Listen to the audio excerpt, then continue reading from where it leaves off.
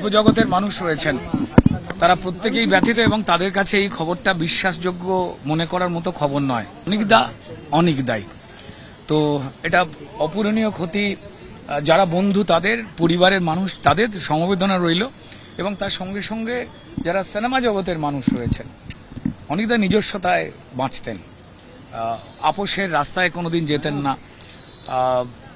যে ধারা তিনি দিয়ে গেছেন, বিজ্ঞাপনে তার সঙ্গে কাজ করেছি, বিজ্ঞাপনে একটা অন্য ধারায় বিজ্ঞাপন বানাতেন, যা সবাই জানে তার নাম বিজ্ঞাপন জগতের জন্যই অনেক বড় হয়। তারপর যখন তিনি সিনেমার কাজে হাত দিলেন, সেখানে ভূতের ভবিষ্যৎ এবং তারপর ভবিষ্যতের ভূতে আমার সঙ্গে কাজ করবার কথা হয়েছিল। তিনি ফোন করে খুব অদ্ভুতভাবে বলেছিলেন, এই রুদ্র, তুমি আমায় চিনতে পারছো, আমরা একসঙ্গে কাজ করতাম। তো এটাই অনেকদা। তারপর এই খবরটা, তারপর অপরাজিত। অনেকদা নিজে, আমার মনে হয় যে অপরাজিত একজন মানুষ। ছাদ থেকে পড়ে মৃত্যু পরিচালক অনিক দত্তের। হিন্দুস্তান পার্কে তার ফ্ল্যাটের নিচ থেকে তার দেহ উদ্ধার হয় এবং তারপরে যখন তাকে হাসপাতালে নিয়ে আসা হয়, চিকিৎসকরা তাকে মৃত বলে ঘোষণা করেন। কিন্তু কিভাবে পরিচালক অনিক দত্তের মৃত্যু হলো, এই প্রশ্ন কিন্তু ইতিমধ্যেই উঠতে শুরু করেছে। তার দেহের ময়নাতদন্ত হবে হাসপাতালে, সেখানে দেহ রাখা রয়েছে। হিন্দুস্তান পার্কের ফ্ল্যাট থেকে পড়ে গিয়েই, ছাদ থেকে পড়ে গিয়ে একেবারে নিচে তার মৃত্যু হয় এবং চিকিৎসকরা জানাচ্ছেন যে মুহূর্তে তাকে হাসপাতালে নিয়ে আসা হয়েছিল সেই সময় তার মৃত্যু হয়েছিল।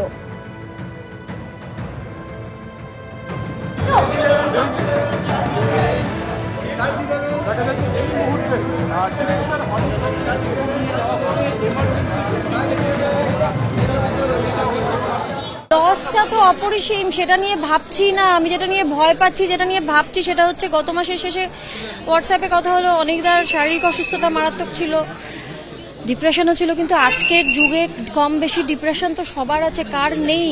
কিন্তু কথাটা হচ্ছে যে এটা একটা ভয়ঙ্কর শিক্ষা আমাদের প্রত্যেকের জন্য। আমাদেরকে একে অপরের পারিবারিক সম্পর্ক হোক, বন্ধুত্ব হোক, প্রত্যেককে নিজেদের দায়িত্ব নিয়ে যোগাযোগ রাখতে হবে, নিয়মিত খোঁজ নিতে হবে, নিয়মিত যোগাযোগ রাখতে হবে। আমাদের জেনে বুঝে নিতে হবে যে আমাদের আশেপাশের মানুষরা ঠিক কেমন, আমাদের কাছের মানুষরা ঠিক কেমন আছেন। তারা হয়তো সবসময় আমাদের বুঝতে দেবেন না, কিন্তু আমাদের বুঝে নিতে হবে। এটা ভয়ঙ্কর শকিং আমাদের জন্য শিক্ষা। অনিকদার মতো এমন একজন ডিরেক্টর খুবই কমই এসছেন। উনি ছবি শুরু করেছেন সিনেমা 2012 ভূতের ভবিষ্যৎ দিয়ে। এখানেও যা চরিত্রটা ছিল এবং যা সাবজেক্টটা ছিল অত্যন্ত ইউনিক। তারপরে আশ্চর্য প্রদীপ, একের পর এক অন্য ধারার ছবি দিয়ে গেছেন এবং সেগুলো কিন্তু সবসময় কোনো সময় মানুষের মাথার উপর দিয়ে যায়নি। অনেক সময় অনেকের টেন্ডেন্সি থাকে, আমরা অন্য ধারার ছবি যেমন দেখি বা শুনি, যেগুলো অনেক সময় হয়তো মাথায় ঢোকে না, কিন্তু প্রতিটা জিনিস মানুষের মনের মধ্যে প্রবেশ করতো উনি যেগুলো করতেন। আমি এখনো ঠিক ব্যাপারটা হজম করতে পারছি না। এবিপি আনন্দ এগিয়ে থাকে, এগিয়ে রাখে।